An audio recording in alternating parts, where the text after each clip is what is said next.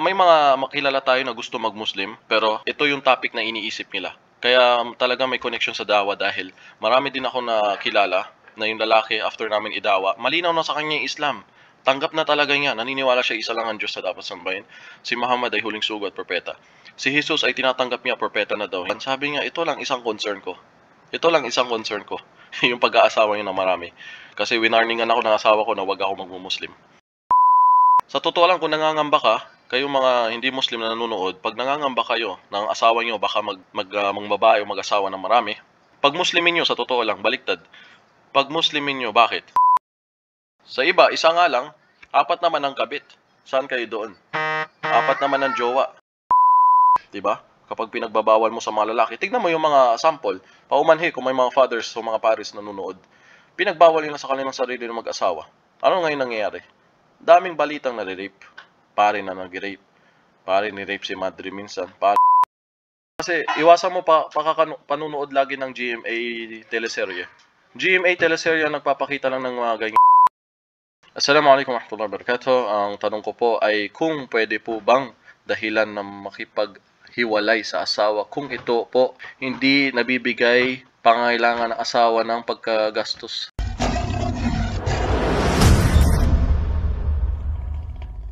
Bismillah wassalatu wassalamu ala rasulillah wa ala alihi wa sahbihi ajma'in. Amma ba'd. Assalamualaikum warahmatullahi wabarakatuh. Ang lahat ng pasasalamat at papuri ay sa Allah lamang, Panginoon ng buong salibutan, at ang kanyang pagpapala ay sumati ng huling propeta sa kanyang pamilya kasama ng sinuman sumunod sa kanya.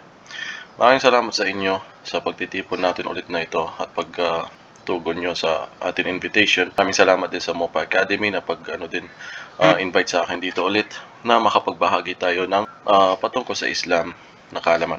Alam na natin ang topic ngayon, kaya mukhang marami tayo, mashallah, habot ng 30. Lalo kung maaga ito siguro na post, na update ang lahat ng isang araw, makakaabang-abang ito agad. Siguro 100 tayo dito ngayon. So, siguro maraming nag-join dahil sa topic na interesado ang lahat for sure, babae man o lalaki. Pero lang yung mga no, naway sana mapanood nila ito dahil ito ay seryosong topic at hindi ginawa lang para laro at para lang pagtawanan o kwentuhan o guy talk. Yung sinasabing guy talk na minsan pag mga lalaki magkakasama is ito talaga nagiging topic nila kadalasan. At hindi dapat marinig ng babae yun. At hindi lahat ng oras is pwedeng i-apply din ang guy talk kasi may mga ibang lalaki din na medyo minsan wala sa mood o sensitibo. Kaya minsan din hindi nakakabiro ang guy talk na ganito. Dahil naalala ko noon yung may magpupunta ng Umrah na nakapag-post sila ng mali na may kasama, pwede daw sumama mga babae na single. Hanggat sa pinabawi ng Islamic Center nila. Ang nangyari ngayon, na paasa tuloy yung ibang babae na makakasama sila at piniim ako na humingi ng tulong kasi baka kakilala ko daw yung mga nandoon. Tapos ginagaytok ako yung daiya na yun na sinasabing, walang solusyon ko hindi mag-asawa siya dito ng ustad o ganito o daiya. Hindi ako natuwa doon kasi medyo pang babastos doon sa babae dahil naka-engage na yung babae na yun at kilala ko yun. So, hindi lahat ng oras na na-apply ang ganitong guy talk. Kahit pa sabihin mong close mo, kunwari kaibigan ko. No? So anyway, pupunta na din tayo doon sa topic na ito, ang pagdadagdag ng asawa sa Islam or sinasabing polygamy. Ang dapat din malaman ng mga Kristiyano o mga hindi Muslims ay makinig din mabuti, inshallah, patungkol sa topic na ito. Ang Islam, ang tanging relihiyon na tatanggapin lamang ng Allah sa kabilang buhay. Kaya kung sino man mga babaeng nagdadalawang isip mag-Muslim o lalaki, dahil lang sa topic na ito, ay pakinggan nyo mabuti. Medyo malawak itong issue na to pagdating sa pagdadagdag ng asawa. Pero bago tayo pumunta doon, inshallah, banggitin lang muna natin dito mga shinare ni Sheikh sa atin sa Islam Q&A kay Sheikh Al-Munajjid. So rulings, ano ba yung pag-aasawa ng marami? Yun ang alam ng mga maraming non-Muslim. Kaya bakit ko naisip din itong topic bukod sa dumami yung makapansin sa Mopa Academy at mag-join ng live na ito. At may kinalaman din to sa dawa dahil sa Pilipinas, ito yung #1 misconception din ng mga non-Muslim sa atin. Diba? Tama ba? Hindi. Ito yung isa sa kadalasan tinatanong nila. Bukod sa pagkatapos din nila tanungin bakit kayo hindi kumakain ng baboy, pangalawang tanong lagi ito, dami yung asawa. Tama, hindi. So, dahil sa mga iba siguro dito na estudyante o mag-enroll pa lang sa Mopa Academy, isa na din to sa misconception na tinatanong palagi sa atin dawa. So, ang ruling ng pagdadagdag ng asawa sa Islam, pinahintulot sa atin sa Sharia ang plural marriage, ang pagmamarami ng asawa. Ito po ay sa lalaki hindi sa babae. Mamaya darating din tayo dyan. Totoo ng sinabi ng Allah sa Quran. Ano bang dalil na pwede magdagdag? Sabi ng Allah sa Quran dito sa Surah Nisa, chapter 4, verse 3. 4:3 tandaan niyo. Wa in khiftum alla tuqsitu fil yatama fankihu ma taba lakum minan nisa'i mathna wa thulatha wa ruba'. Fa in khiftum alla ta'dilu fawahidatan. So malapit na kaulugan sabi ng Allah dito. Kung inyong pinangangambahan na hindi ninyo magawang maging makatarungan sa mga ulilang babae, magkagayon, pakasalan ang ibang mga kababaihan inaakala ninyo makasisiya para sa inyo. 2, 3, o 4. Ngunit kung inyong pinangangambahan na hindi ninyo magawang maging pantay, magkagayon, pakasalan lamang ang isa. Mukhang abot ngiting tenga mga babae sa part na ito. At kung hindi nyo kaya, then isa lang. Doon sobrang saya ng mga babae sa part na yun, alam ko. So malinaw, ito yung verse, ito yung dalil na pwedeng magdagdag. Diniretso nga ng Allah 2, 3, o 4. At kung kayo naman ay nangangamba na hindi kayo maging makatarungan, then isa lang. So pinakita, ito yung verse, ayan ang pinapakita na inaalaw sa Quran o inaalaw sa atin ang plural marriage, ang pag-aasawa ng marami pagdadagdag ay according to Islam Sharia. Ang lalaki ay pwedeng mag-asawa ng 1, 2, 3, o 4 in the sense that he have number. Pero hindi naman permissible for him that more than 4. Ang pag-aasawa na higit pa sa 4 ay hindi ito pinahihintulutan. Okay? Hindi pwede. Kasi minsan may mga 5 Naitanong din namin sa Sheikh yan, kay Sheikh Ibrahim Al-Ghith. Sabi pa nga niya haram bawal, hindi pwede. Lagpas doon. So condition, andun na tayo sa condition. Ano yung condition ng polygamy? Or sa Islam, ang duwaya, di ba? Sa Mindanao, tinatawag yan ng duwaya. It should be noted that there are conditions attached to plural marriage. At kailangan i-note nyo na meron itong mga condition. Una is justice or fairness.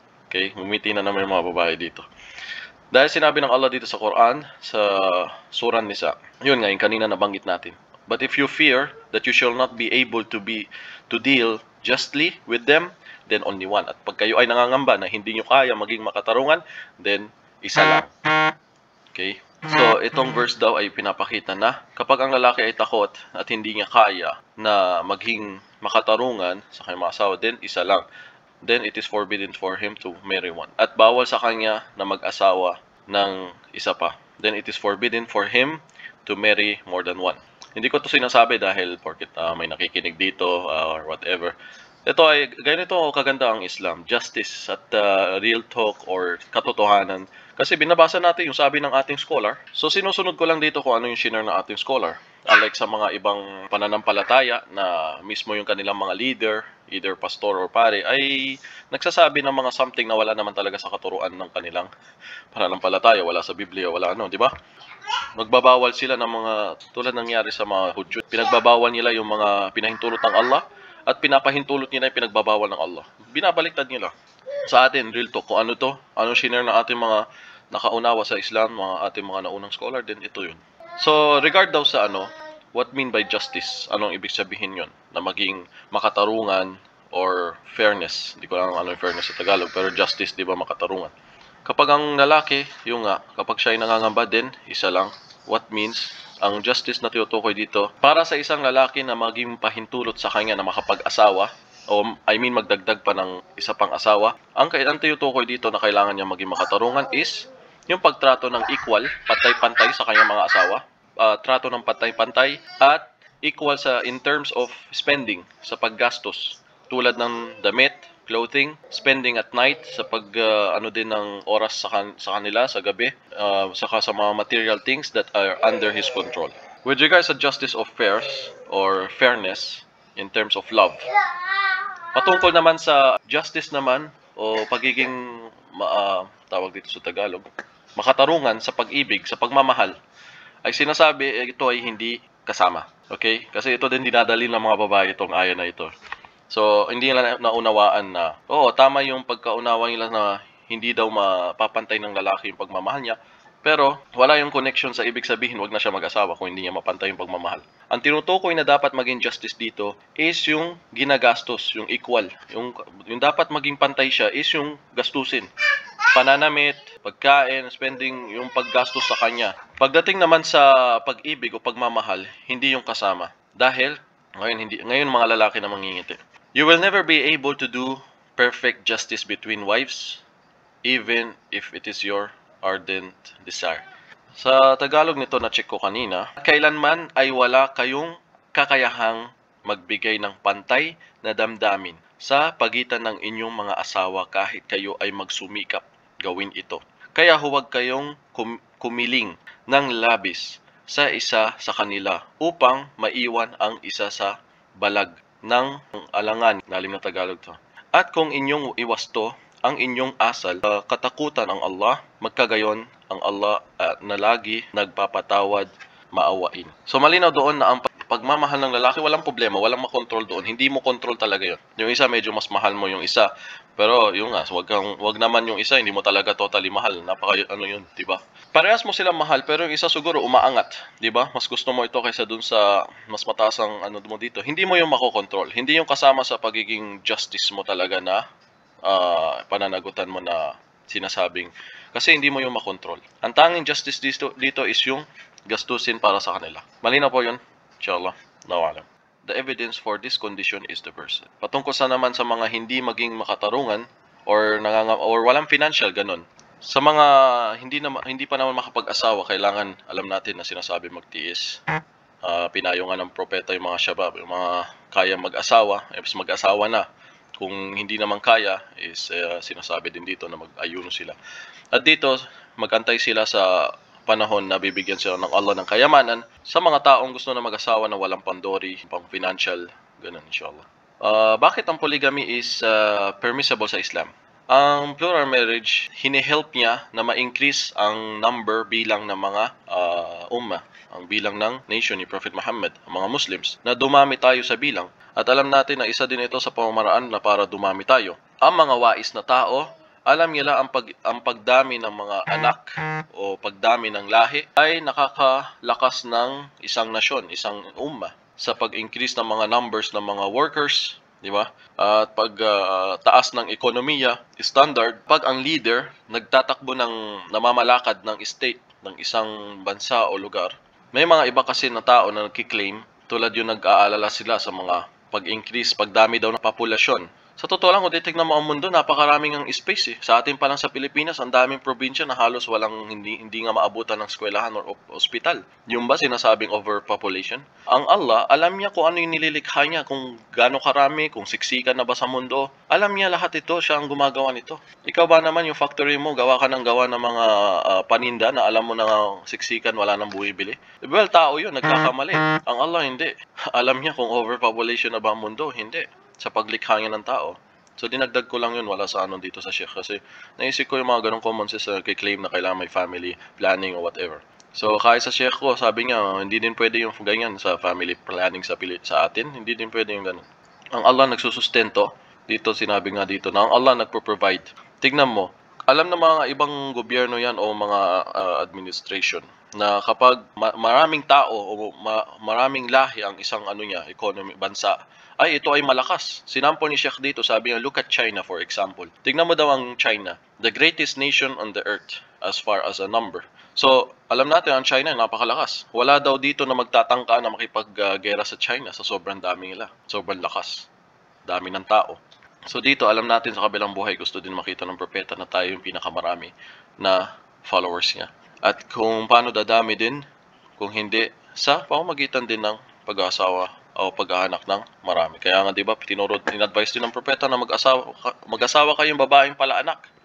Yung hindi yung sinasabing hindi kayang mag-anak. Well, andun na din sa ibang lalaki yung gusto mag-asawa ng ganoon, pero ang ibig sabihin din dito, mag-asawa yung nagpaparami din. So, ano pa yung mga benepisyo dito? Bakit? Pagkatapos natin nabanggit ito, ngayon baka nag-aantay yung mga non-Muslim. Bakit ganun sa Islam? Bakit? Buti na lang sa Kristiyano, isa lang kuno. O sa ibang religion. Well, sa Mormons, pwede nga silang mag-asawa kahit walang bilang eh. Hanggang 6. May napanood akong interview na kahit 6 nag-asawa siya. Wala pang fix, kahit mismo yung nanay at yung daughter, inasawa din. So, sa mga ibang religion, may mga nagpa-practice. Ngayon, patungkol kasi sa pag-aasawa ng marami, bago natin tapusin itong kay Sheikh, malapit na din matapos.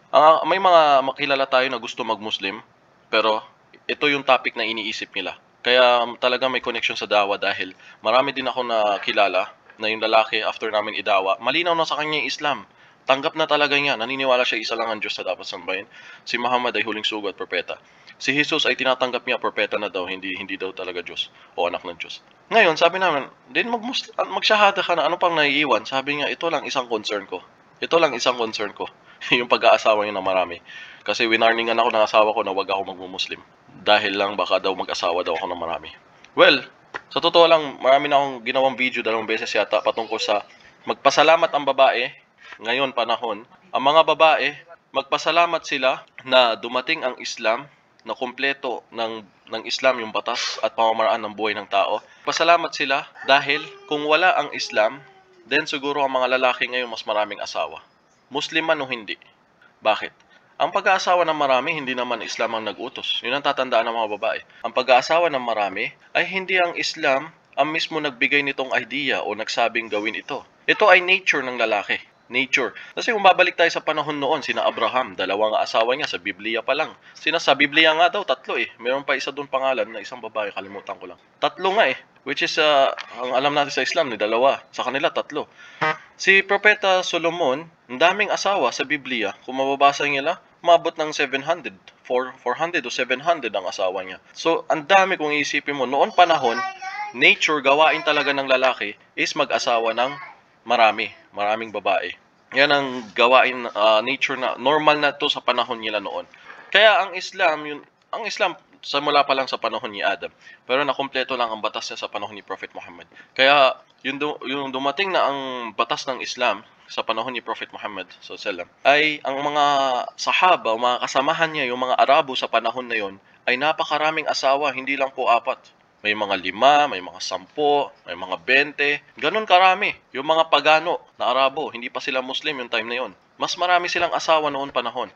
Yung dumating ang batas ng Islam, Islam pa ang nag-cut nitong pamamaraan. Siya pa ang nagtigil nito, siya pa ang nagputol ng ganitong gawain ng lalaki.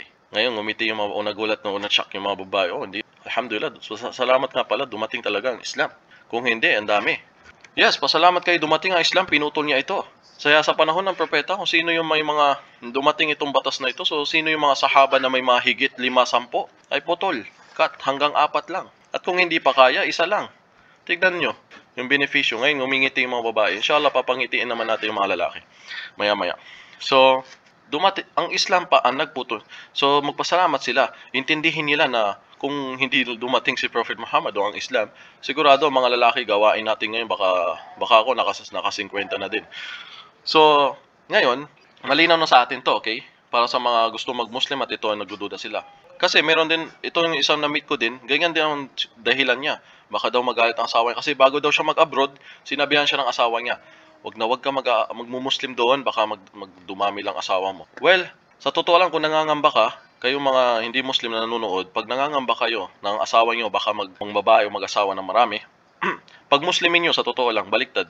Pag Muslimin niyo, bakit? Kasi pag nag-Muslim siya, mawawala kabit. Mawawala ang kabit niya. Mawawala ang girlfriend niya. Mawawala yung mga bayarin na babae na pinupuntahan niya sa bar. Maraming mawawala sa kanya, pati alak at sugal, 'di ba? At bisyo, sabong, lahat mawawala sa kanya. Maraming mawawala ng mga bawal na iyong kinakagalitan araw-araw at dahilan ng inyong pag-aaway. So maraming mawawala. So kung nangangamba ka na baka baliktad, pag Muslimin mo siya para tumino, dahil pwede nga 4 pero pag hindi niya kaya, 1 lang. So ikaw pa rin. 'Di ba? Kung nag-aalala ka, pero kung sa totoo lang nag-aalala ka, huwag mo siya pananatiliin sa inyong pananampalataya. Bakit? Sa inyo, 1 nga daw kuno, 1 lang.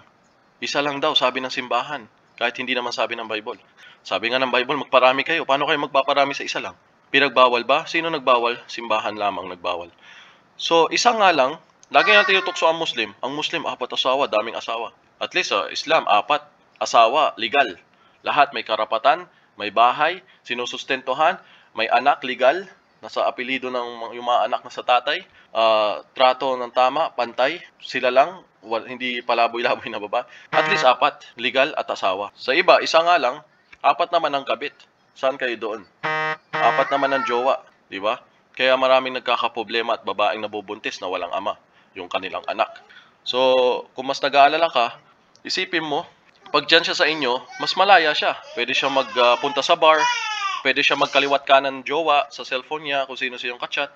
Pwede siya magkabit. So kung ikaw nag-aalala, alisin mo siya dyan sa inyong pananampalataya, ilagay mo siya sa Islam dahil dito matuturuan siya ng values at manners. Di ba? Hindi naiisip ng mga babae yun. Pero ano din problema nangyari dito sa babae na to? Please lang kasi live ito. Anong problema din? Bakit yung babae na yon? Saan niya nakuha yung pag-iisip niya na gano'n? Itong non-Muslim na babae na nag-warning doon sa asawa niya. Alam niyo kung ano din problema? Okay, may chance din na kayo manalo ng Quran. Inshallah, stay lang kayo. So, yung babae na yon, yung non-Muslim na nag-warning sa asawa niya, may kaibigan siyang Muslima. Ito din yung problema dito, makinig yung mga Muslima. Ito din yung problema. May kaibigan siyang isang Muslim na babae na panay marites sa kanya kung ano nangyayari sa kanila mag-asawa dahil sa nag-asawa daw yung asawa niya ng iba pa, nagdagdag daw. So, siya, kung ano yung na-experience siya na injustice sa asawa niya, ikinukwento niya dito sa kaibigan niyang Kristiyano na alam mo yung buhay namin ganito ganyan kasi yung asawa ko nagdagdag ng asawa, pinabayaan lang kami, hindi kami nasustentuhan, palagi siya nandun. Ngayon, nagka-idea itong non-Muslim na babae, ganito pala, ang pangit pala sa mga Muslim, tingnan mo, pag nag-asawa nga naman talaga, may iiwan ka, ganito ganyan. Yan ang winarning niya doon sa asawa niya. So, sino may pakana, sino may shaitan? Yung marites natin na kapwa Muslima na sinishare sa iba yung problema nila mag-asawa, na pinapalabas niya na ang duwaya o ang polygamy sa Islam ay nakakasama. So mas nagmagaling ka pa sa Allah at sa kanyang propeta na hindi ako galit dito. Sinasabi ko lang kasi tingnan mo yung damage na nagagawa niya sa paligid niya. Ang Allah ba ay magpapahintulot at ang kanyang propeta ng akala mo ikakasama natin? Magpapahintulot sila na ikakasama ng buong bayan o buong mundo? Di ba? Hindi. Alam nila anong ginagawa nila. Ang propeta hindi nagsasabi ng kanyang sa pangsarili lamang. So, kung sa tingin mo na yun ang dahilan, yung pagduduwayan ng asawa mo, kaya kayo nagkasira-sira ng buhay mo, ganyan, hindi kayo sustentuhan. Well, sisihin mo lang yung asawa mo, yung lalaki lang na yun. Hindi niya sinusunod ang Islam. Siya lang yung may damage, siya lang yung may problema. Kasi kung titignan mo sa history, sa story ng mga sahaba, may nakita ka na mga sahaba nagduwaya na ang mga kwento ng asawa nila is hindi maganda. Magbigay ka ng sahabi na babae na may kwento siyang hindi maganda, hindi justice yung asawa niya. Iilan lang.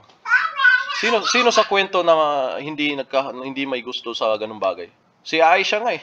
Alam mo yung pagsiselos mo, walang sinabi kay Aisha. Si Aisha halos nakasakit na ng isa sa mga babae at si Aisha unang scholar na babae sa Islam, asawa ng propeta, radhiyallahu anhu. Siya mismo kahit patay na sinisilosan pa niya. Ganun kaselosa si Aisha. Scholar ng mga Muslima, unang babaeng scholar sa Islam. Karamihan ng hadith, mga kwento hadith na galing sa privacy ng propeta sa loob ng bahay na pangyayari ay siya ang pinagkukuhanan ng kaalaman. Paano matulog ang propeta, paano kumain, kasi syempre sa loob ng bahay yun, siya lang nakakakita. So siya lang, sa kanya yung hadith na lahat patungkol sa gawain ng propeta sa bahay. So isa siya sa unang scholar na babae sa Islam na karamihan ng narration ay galing sa kanya. Pero kita nyo, may pagsiselos. Nature ng babae ang pagsiselos. At sabi ko nga, nature din ng lalaki hindi kontento sa isa. Ganun lang yun. Ngayon, malinaw na tayo dun sa part na sinasabi ko na hindi ito nakaka-damage o sinasabing nakakasira. Depende lang dun sa lalaki ang sisihin mo. Kasi kung babalik ka sa history ng mga kasamahan ng propeta, si Aisha mismo, kahit ganun siya kaselosa, pati patay siniselos niya. Sinong patay? Yung unang asawa ng propeta sa Salem, si Khadija, radhiyallahu anha. Wala na siyang mas pinagsiselosan sa lahat ng asawa ng propeta kung hindi yung pa yung wala na. Ganun siya sobrang kasilosa. Pero siya ba may naikwento na hindi naging justice ang propeta? Siya ba may nakwento na nag-ano sila? Yes, may nakwento siya naghihirap sila. Buwan na halos walang usok na lumalabas sa bahay ng propeta, sa bahay ni Aisha. Ano ibig sabihin? Walang usok. Dahil walang sinasaing, walang ginagatong, walang inaapoy, sinisindi ang apoy sa loob ng bahay, sa labas ng kusina, sa sobrang wala nang mailuto. Nagulat ang isang nagtanong, paano kayo kumakain? Well, date siya katubig. 2 buwan, 3 buwan, date siya katubig. Hindi natin sinasabi hindi makatarungan ng propeta, pero sa sobrang busy na sa Islam at sa da'wa, doon nila nilaan ang buong buhay nila at wala na silang halos makain. Wala silang iniwan sa pangsarili. Kaya kung kulto ang Islam o kulto si Prophet Muhammad, then tignan nyo yung mga kulto na nabubuo dyan o yung mga ibang religion, bakit yung mayaman ng pastor nila at pare? Bakit ang gagarang ng mga kotse? Pero ang propeta namin walang-wala. Yung mamamatay na nga lang siya kahit isang ginto, hindi niya iniwan sa kanyang bahay. Kaya wala silang mabibintang na ganun. Ngayon, sana huwag mag-share yung mga ibang Muslima na nangyayari sa inyo, bagkus yan ay baka pagsubok sure, pagsubok sa'yo. Siguro kasi ang hilig nyo tumingin sa mga pogi lang o yung mga motivational speaker ko no sa social media na ang gagaling magsalita, daiya, mashallah, guwapo na, all in full package, parang full package abs. So, nabiktima ka lang ng scam. After mo mapangasawa is lumabas ang tunay na kulay. So, kagagawan mo yun. Baka ikaw din ay may masamang ugali kaya binigay din ng Allah sa'yo yung babagay na lalaki sa'yo. Hindi natin alam. Kaya wag mo i-share yung pangyayari sa buhay mo na idadahilan mo dahil sa duwaya kaya naging ganun ang buhay nyo. Well, wala akong nabasa sa mga sahaba na naglikramo ang mga asawa nila sa pagiging unjustice ng mga sahaba sa mga asawa nila. Sa iyo lang yan. So yun lang ang malaman din ng mga non-Muslim na alhamdulillah dumating ang Islam, pinutol niya yung ganito, binigyan pa yan ng rules, kung hindi kaya isa lang. So, hindi mo mabibintang ang Islam sa bagay na yun, magpasalamat ka pa nga. So, kung nag-aalala ka sa asawa mo, sa totoo lang, pag Muslimin mo dahil mas mawawala sa kanya yung mga bagay na yun, kaysa manatili siya sa pananampalataya nyo, na kung saan, mas malaya pa siya gumawa ng kahit anong gusto niya. So, ano bang benepisyo ang pag-aasawa ng marami sa mga Muslim? Ano bang meron dito sa mga lalaki na mag-asawa ng marami?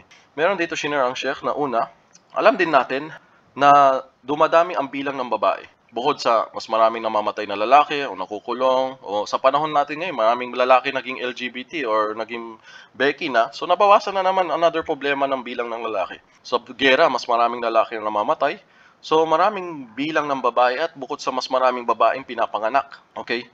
At inshallah magto 30 minutes na tayo. So maraming babaeng pinapanganak, kahit ako pansin ko talaga karamihan ng kaibigan ko puro babae ang anak. Alhamdulillah, ako nabigyan ako ng 3 lalaki. So medyo nakaka-proud sa mga ibang lalaki na magkaroon ng maraming anak na lalaki kasi alam nila ikakalat ang lahi nila. So dito, sinasabi din, there are some men, meron daw mga ibang lalaki na malakas ang strong physical desire daw nila, ang pagnanasa nila malakas. So minsan ang isang babae daw ay hindi sapat para sa kanya. Kaya if the door is closed, kung isasara ang pinto ng pag-aasawa, pagdadagdag para sa kanya, na kung saan binabawal mo siya, itong lalaki na to na malakas ang pagnanasa, then mauuwi lang siya sa paggawa minsan ng masama. Magiging mahirap ito para sa kanya. Tapos kung saan baka makabukas ng pintuan ng syaitan para sa kanya na gumawa ng mas masama. 'Di ba? Kapag pinagbabawal mo sa mga lalaki, tignan mo yung mga sample. Paumanhi kung may mga fathers o mga pares na nanonood. Pinagbawal nila sa kanilang sarili ng mag-asawa. Ano ngayon nangyayari? Daming balitang nare-rape. Pare na nag-rape. Pare ni rape si Madre minsan. Pare ng rape ng kanyang. Ang dami. Bakit? Kasi inano nila yung nature, yung paglikha sa kanila ng Diyos. Try mo hindi kumain. 'Di ba? May mga tao na magsasabi, gusto ko magpatato kasi may choice. Huwag kang barat sa sarili mong balat.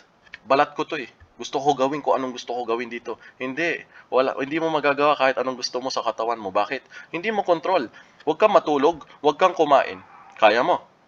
Taon, huwag kang matulog, huwag kang kumain. Hindi mo kaya. Ibig sabihin ng katawan mo, sumusuko talaga sa Allah. Sa paglikha sa Kanya, sa fitra, sa nature niya. Hindi mo kayang umiwas sa pagkain at hindi matulog. Dahil ito talaga, ang katawan mo mismo sumusuko sa lumikha sa Kanya. Ikaw na lang ang may choice talaga na pasaway. So kita mo, hindi mo talaga sariling choice din. Wala ka din magawa. Dahil ang katawan mo mismo sumusuko. Alam natin na maraming mga babae nawawalan ng asawa o mga babaeng hindi makahanap ng lalaki makapag-asawa. Totoo yan. Punta tayo sa Russia, napakaraming bilang ng babae. Sa ibang part ng Europe, napakarami daw ng bilang ng babae doon. So, anong ginagawa tuloy yung mga babaeng single, mga hindi makahanap ng asawa? Makikita mo lang sa bar, kita mo lang sa tabi ng kalsada sa gabi, sa LA, sa Las Vegas. Makikita mo lang sa mga, paano ko alam yan? Siyempre sa mga balita. So, doon, nakikita mo na wala silang direksyon sa buhay o nagpapagamit na lang, nagiging isang parang gamitan na lang, paumanhin sa mga babaeng gano'n nanonood. Kasi yun ang totoo. Dahil sa pagkukulang ng mga lalaki o paghihigpit o pagbabago niya sa batas ng Diyos, is kayo tuloy, dumadami ang single. Di ba? Mga babaeng hindi na makahanap ng magiging asawa nila. At nagagamit na lang ng ibang lalaki, nabubuntis, na walang ama. Ang mga bata, maraming pinapanganak na walang ama, na nasisira ang lineage nila, hindi alam kung sino ang tatay. Ngayon naman, bakit ang mga babae, baka tanong nila, bakit ang babae hindi pinapayagan mag-asawa ng marami? Well, alam natin sa Islam, wala naman yon, hindi itinuro or pinayagan ang mga babae na pwede mag-asawa. Ay hindi nature ng babae, hindi ka aya-aya tignan, di ba? Hindi maganda. So, kahit pa tignan mo kung mag-aanak siya, kaninong ama? Well, yung mga insulto nga, yung mga philosophy, well, meron tayong DNA test na yun. Pwede naman paglabas ng bata, i-DNA. Well, unfair yun. Kunwari yung isang babae, 2, 3 asawa niya. Well, pag nabuntis siya, lahat kami gagastos doon. Yung pala, paglabas, hindi ko anak. Well, bayad mo, balik mo sa akin yung ginastos. Ang pangit tignan. Sample natin sa isang baso. Isang basong tubig. Ngayon, may 4 na basong malinis, walang tubig. Ilagay mo lahat yon ng tubig. Ano mangyayari doon sa 4 na baso? Kaya mong inumin? Malinis, tubig siya lahat. Pero, isang basong walang laman.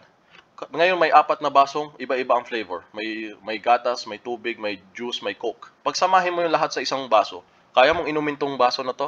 Sana yung logic na yun medyo nagbigay ng sense sa'yo na hindi nga bagay sa isang babae na gabi-gabi, iba-ibang lalaki. Meron siyang African, meron siyang Pakistani, meron siyang Arabo, din meron siyang Pilipino. Hindi kaya sa isang babae tignan, tapos pag nanganak ay kaninong ama? Masisira ang lineage, masisira ang family tree niya. Kung ititrace ng bata kung kanino siya tatay galing, tapos isa lang ang nanay, parang hindi ganun ka ganda tignan. Pero lang sa mga byuda na namatayan ng asawa or na-divorce at may anak sa iba. Ibang usapan yun. Pero yung sasabihin natin doble, katulad ng lalaki, iba. Pero yung pagsiselos, yes, sa tingin ko, yung pagsiselos ng babae, pareha sa pagsiselos ng lalaki, na kung paano kami nagsiselos na ayaw namin kayong makita ng iba, whatever. Ganun din siguro ang pagsiselos ng babae. Pero pag kaya nga itong tiniis, inshallah, sa kabilang buhay, alam mo na ang reward mo na makukuha mo sa Allah kasi tiniis mo. Okay, hindi sasayangin ng Allah yung pagtitiis mo, yung sabar mo, yung naramdaman mo sa puso mo na selos. Kasi sa kabilang buhay, aalisin na yan ng Allah, inshallah. Aalisin na yan na sa puso mo na pagsiselos mo. So, sabi nga nila, sharing is caring, share your blessing ka mo. So, kung alam mo ang asawa mo is makakabuti, or alam niya ang kanyang limit din, alam niya na may takot siya sa Allah, at alam niya kung kailan niya kaya, at huwag nyo din isipin na yun, financial, kaya hindi niya kaya. Inshallah, ang Allah nagpo-provide. So, huwag ka din madamot. Kung iisipin mo din, sample, di ba, pinagdadamot mo yung asawa mo kasi silosa ka. Di ba? Tandaan mo din na ang Allah ang pinakasiloso sa lahat. At creation niya yan. Meron isang sahaba na kinikwento nila, kamu-Muslim lang, nagbalik Islam, na namatay agad, kinuha ng Allah. Siloso ang Allah. Ayaw niya na mapunta ka sa iba or sa kanya ka lang sumamba. Sa kanya siya ang lumikha sa'yo. So, imagine mo yan, asawa mo, ibinigay lang niya din sa'yo, ipinahiram lang niya sa'yo. Balang araw, pag kinuha din niya yan, nasaan ka na, mag-aasawa ka din ng iba. Di ka din makatis. So, imagine mo, pinaghihigpitan mo, ano mo yung tao na, alam mo naman na pinahiram lang din sa'yo ng Allah, ibiniyayaan ka ng Allah ng lalaking hindi lang siguro may itsura, or hindi lang straight sa Islam or whatever, di ba? Hindi ako nagpaparinig dito, pero sinasabi ko lang totoo. Ngayon, ngumingiti yung mga lalaki. Sabi ko sa inyo, pantay tayo eh. Papangitiin natin yung babae, papangitiin din natin yung lalaki mamaya. So, patas ang Islam, justice sa lahat. So, maraming salamat sa inyong pagtugon dito. At sino man po may katanungan, inshallah, magtaas po ng kamay. Maraming salamat sa inyo. Sana maulit po ito at maka-join tayo dito. Huwag niyo po kalimutan mag-join sa Mopa Academy. Ikaw, Adam, paglaki mo, pababawalan kita mag-apat hanggat hindi ka tumino. So, sabi dito, Assalamualaikum warahmatullahi wabarakatuh. Isa po sa inyo ay may chance na manalo ng Quran pen ngayon gabi. Inshallah. Magkakaroon po tayo ng question and answer.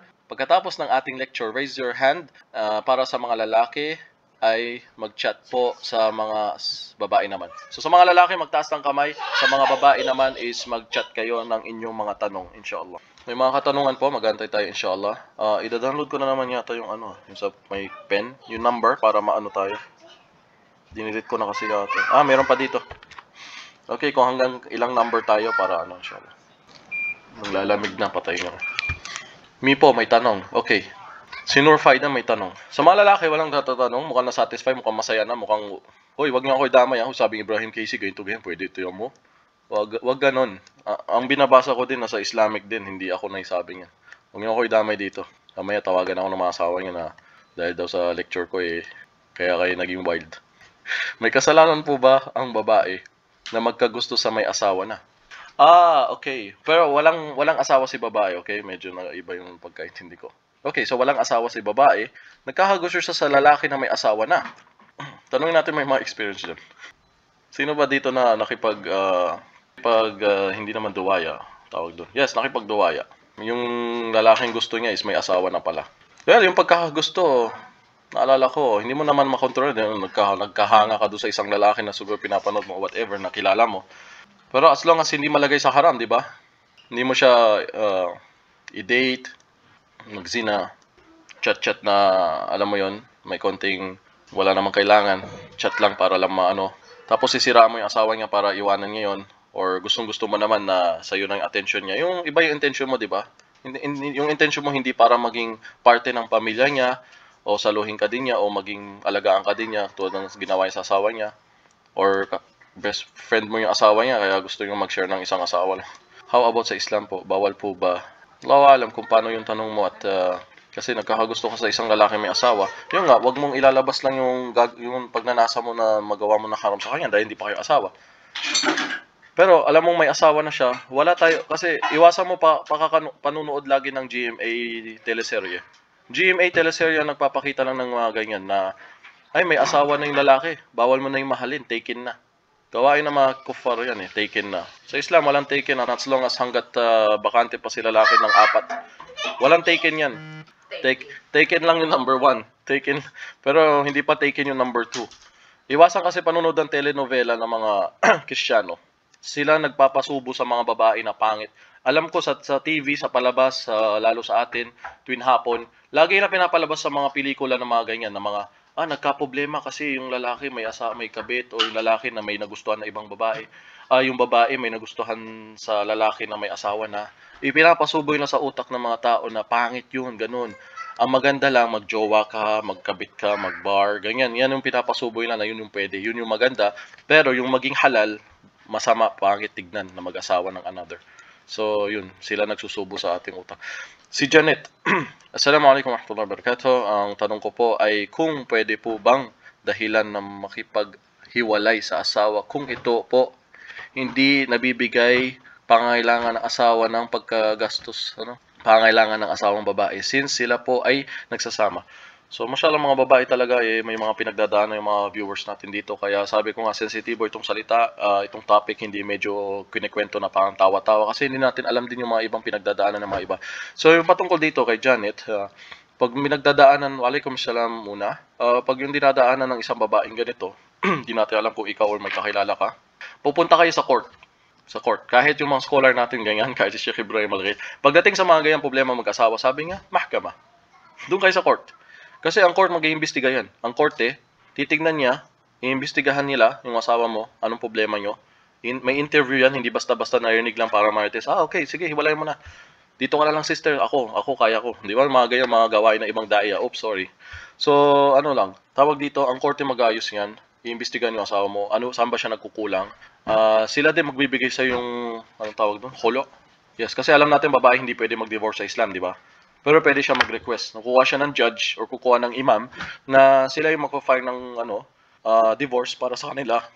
Pag napatunayan na yung lalaki talaga is unjustice na, wala na, pinabayaan ka na, hindi ka na talaga sinusustentuhan, i-check din kung bakit. Baka mamaya walang trabaho si lalaki pala, nagbabanat ng buto, naghihirap din. So, aalamin din yan lahat, inshallah. Sa korte yan. Sana nabigay namin yung sagot sa iyo, inshallah. Sa Pilipinas, baka punta ka sa office na OMA, ganon. OWA, sa Muslim Affairs. And i-share mo doon yung problema mo, inshallah, na magharap kayo doon mag-asawa at sabihin mo sa kanila yung sitwasyon mo. Sila magbibigay ng solusyon sa iyo, inshallah. Sa buhay mag-asawa ba ang salitang maghihiwalay na ay maganda? Sa lalaki, mabibilang yan. Hindi pwede magbiro. Kahit pabiro lang, gusto mo iwalayin kita. Counted na yon. 3 lang ang bala ng lalaki. Pag 3 beses niya sinabi, lagot. So, ingatan ng lalaki yung kayang bibig na magsabi kahit biro lang na hiwalay na tayo. Sa babae, kahit 1,000,000 niya sabihin yan, walang problema. Papasok sa kanan tenga, lalabas sa kaliwa. So, hindi yung counted.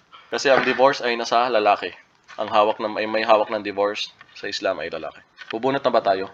Si Aisha. Ano po ang hatol sa lalaking Muslim na pinutol ang komunikasyon sa kanyang asawa, babae, at paghinto ng sustento lalo po sa mga anak?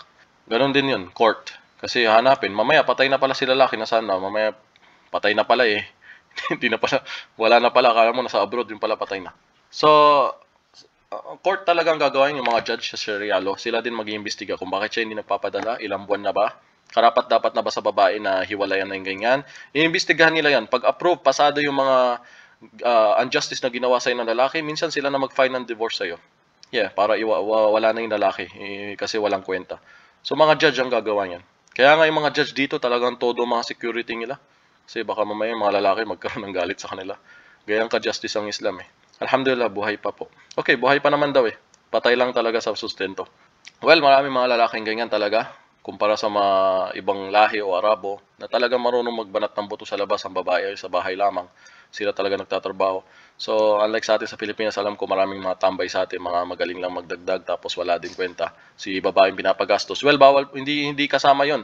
Yung babae, ang pera niya ay pera niya, 'di ba? Ako, 'di ba? Mataas ang sahod ng nurse. Wala din ako magawa kahit pupunta siya, papasok siya sa loob ng Gucci or Aldo ang pinakamura siguro. Hindi ko to pinopromote. Pero pag pumasok siya sa shop na yon at bibili siya sa mga mula sa pera niya, wala na akong magawa doon. Titingin na lang ako, mag-a-advise na lang ako na sana tipid-tipid. Pero pag pera ng lalaki, ayun, gastos mo din lahat. Pero kung mag-share si babae din, alhamdulillah, may mabuting puso, tinutulungan niya ang kanyang asawa. Walang problema din doon. Sa Islam po ba, may kasalanan ba si lalaki kapag hindi magsustento? Yes, obligado sa lalaki. Ano siya? Ito ay kanyang nasa shoulder niya. Kailangan niyang hanapin ang sustento ng Allah, ang biyaya ng Allah sa kanyang pamilya. Kasi sa tanda ng mga lalaki, sa bawat sinusubo mo, sabi nga ng propeta, sa bawat nilalagay mong pagkain sa bibig ng asawa mo, sa pamilya mo, ito ay isang sadaka, charity. Hindi nila alam? Charity to.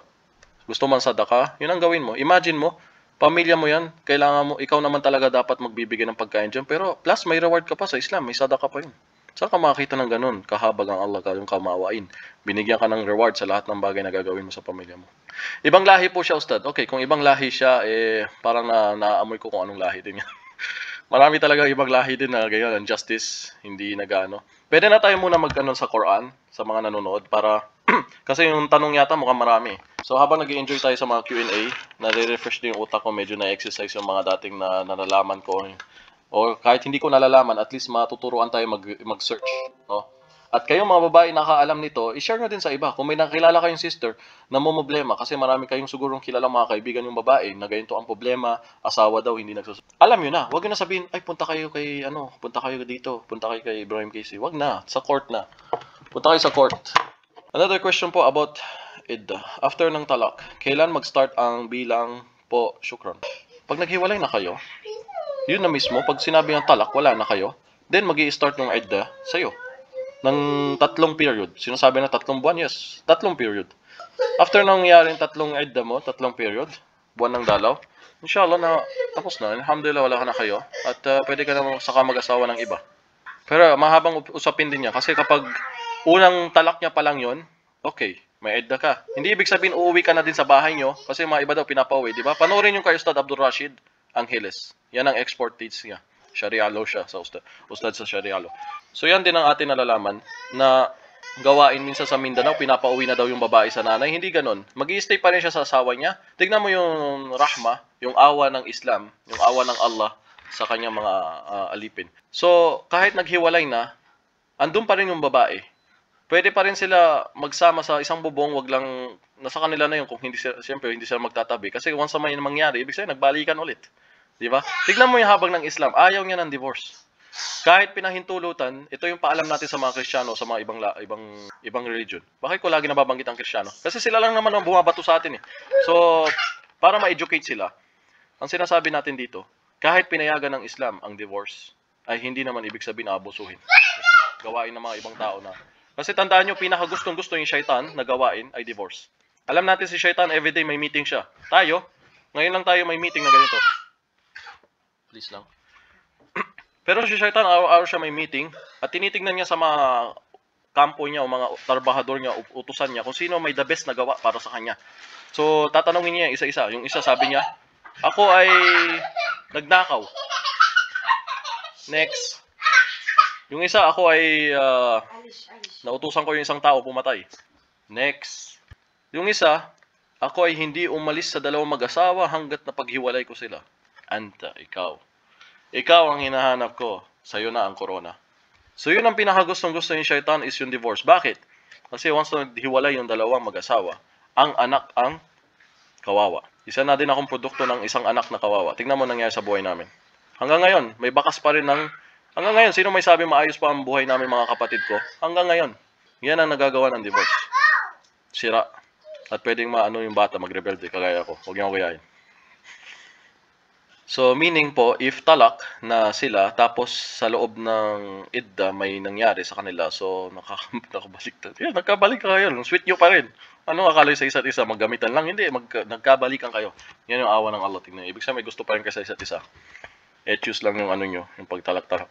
Pero isang bilang na si lalaki, ha? Naka round 1 na siya. Round 2 ng talak niya, another, may chance. Round 3, kalas. Hindi ka na pwedeng bumalik sa kanya hanggat hindi ka muna mag-asawa ng iba na mahal mo talaga at may mangyari talaga sa inyo at biglang nangyaring nag-divorce na naman kayo dun sa bago mong asawa at saka ka lang pwedeng balikan ni ex mo. Yun, bilang parusa sa isang lalaki sa kakatalak-talak niya. Okay po, malinaw? Kung wala na pong katanungan, mag-start na tayo. Ilan ba yung mga kukuhanan natin na bilang ng Quran? Ano, admin? Magano na tayo? Ilan sila? Hindi nila kinaya yung topic, sobrang bigat. Baka umalis yung mga lalaki. Sorry ha, pero patas tayo. Pinangiti natin yung babae, pinangiti din natin yung lalaki. Isang bilang lang po, tapos hindi na sila hiwalay after nun. Okay, yes, isang bilang. Tapos nagsama ulit sila, may nangyari. Tayo, nagsama pa rin kayo. Check nyo na mabuti sa mga videos ni Ustad Abdul Rashid. May mga haba siyang topic patungkol sa mga ganyan. Na talagang may dinagdagan pa siya na nangyayari sa sitwasyon sa Mindanao, sa Pilipinas. Kasi minsan may ibang sitwasyon dito sa mga Arabo. Iba din yung sitwasyon sa Pilipinas. So, paano ba yun? So, doon yung mapapanood sa kanyang video kasi may experience siya. Hindi ko sinasabi may experience siya. May experience siya sa pag-aaral, I mean. May experience siya. Buti naalala ko yung Tagalog ko na ayos ko. Okay po, shukran po. Jazakallah khair po. Very well said. Alhamdulillah, shukran. Para nabigyan ng konting linaw. Pag buntis naman, nakipaghiwalay, ang kayang hanggat sa mga anak siya. Ang edad niya hanggang sa mga anak siya. Okay. So, 1 mula 1 hanggang 30. I-click na natin 3 beses, okay? So, una, practice lang yon. Second, practice. Third, yun na talaga kung anong lumitaw na number. Para alam nyo, nag-random siya. Alam nyo na hindi to peke, hindi din to peke siguro. Ano to, application na pipili siya ng numbers. Okay, start na natin. Sino mananalo ng Quran reading pen? By numbers kayo makikilala sa... Kasi kung sino una, first come, first serve, yung mga nalista dito. Okay, inshallah, mag-start na tayo. Oops, nawawala. Okay, 1. Okay, number 2 ang lumabas. Hindi ka nanalo, ano yung pa natin? 2. Last na number na ito, last click, siya yung mananalo. 5. Si number 5 ang nanalo. Si number 5 ang nanalo. Para makilala nyo kung sino yon, ipopost natin sa FB page ng Mopa Academy. Inshallah, congratulations sa iyo kung sino ka man na nanalo. Abangan nyo lang sa post kung sino po yon. Alam ko medyo exciting. At after nito, abangan nyo kung sino nga ba. Syempre, gagawa nila muna ng magandang background, magandang pangalan para... Congratulations sa iyo mula sa Mopa Academy, sa sponsor ito ng Mopa Academy. Maraming salamat sa kanila. Huwag yung kalimutan mag-join po dito. 30 po kayo, please lang. Sana po mag-enroll kayo. Ito ay para sa inyo, hindi po para sa amin. Na balang araw kayo ang papalit dito sa trono ko dahil may mga iba sa inyo na mas magaling siguro magsalita, mas magaling magtagalog, mas magaling sa public speaking, mas magaling sa communication skills. Baka may iba sa inyo nag-masscom, may iba sa inyo mas magaling magsalita sa public o magsulat ng libro. So, mag-aral kayo dito sa Mopa Academy ng Da'wah Training Course. Napakadali. Anong oras na gusto mo, available ka. Buksan mo lang ang account mo, puntahan mo yung video, panoorin mo. Andun na yung quiz exam. Sumagot ka na kapag naalam mo na. Kuha ka ng certificate. Inshallah, naging member ka dito na may natutunan ka sa Da'wah Training Course na ito. Mahaba ang pinanggalingan nito siya sa mga shortcut na mga duat natin na may natutunan sa 20 years na pagdadawa. Last time na panood ko ang Mopa, yung hindi pa nabubuo ang Mopa, 2015 yata o 2014, yun na CD pa noon ha. CD, DVD binibili. Binigay lang sa akin tapos piniplay ko pa noon. Ang napapanood ko dito yung daiyan na si Abdurrahman Green na isang British na balik Islam na siya yung nagturo nito din, isa sa ganitong technique ng pagdadawa na sa loob daw ng 25 years niya na experience, ngayon nalaman niya doon kung ano din yung mga mula sa Quran at Sunnah na kailangan natin i-apply na strategy din sa pagdadawa na pagkakausapin mo yung tao, paano ka mag-start, paano mo siya makausapin, mahihain ka ba, paano kayo mag-start, anong unang itatanong mo, saan kayo pupunta na topic. So lahat yung tinuturuan ng Mopa Academy kung paano maging best na daya, inshallah, na maging kayo ang papalit dito balang araw. Hindi habang buhay ay tumatagal yung mga buhay ng ating mga mangangaral. So, sinong papalit kung hindi kayo din? Alam natin wala ng propetang darating pagkatapos si Prophet Muhammad. Kaya hindi ibig sabihin ang trabaho ng mga propeta ay na-stop. Kung hindi, nilagay sa balikat natin ng mga Muslims ang trabaho ng mga propeta. Kaya hindi man tayo propeta, pero tayo ay mga tagapahayag din, paabot ng mensahe. Dahil ang gabay ay nasa Allah, wala sa atin. Okay? tayo lamang po ay taga-share ng mensahe ng Islam. So hanggang dito lang po. Kung wala na po kayong katanungan, maraming salamat sa oras nyo. Naka isang oras na tayo. Alhamdulillah kung saan ito yung gusto nila na dumaldal tayo ng isang oras. So maraming salamat sa inyo at tayo ay So ingat po kayo, sana po nagbenepisyo kayo dito at i-share nyo ngayon. Sana naliwanagan kayo kung wala na ba akong pagkukulang sa mga na-share ko dito. Kung meron pa siguro, abangan nyo na lang din sa amin page o sa amin FB page yung mga patungkol pa sa ganitong topic. So ingat po kayo at maraming salamat. Hanggang dito lang po siguro. Subhanallah wa bihamdihi, asyhadu an la ilaha illa ant wa nastaghfiruka wa natubu ilaik.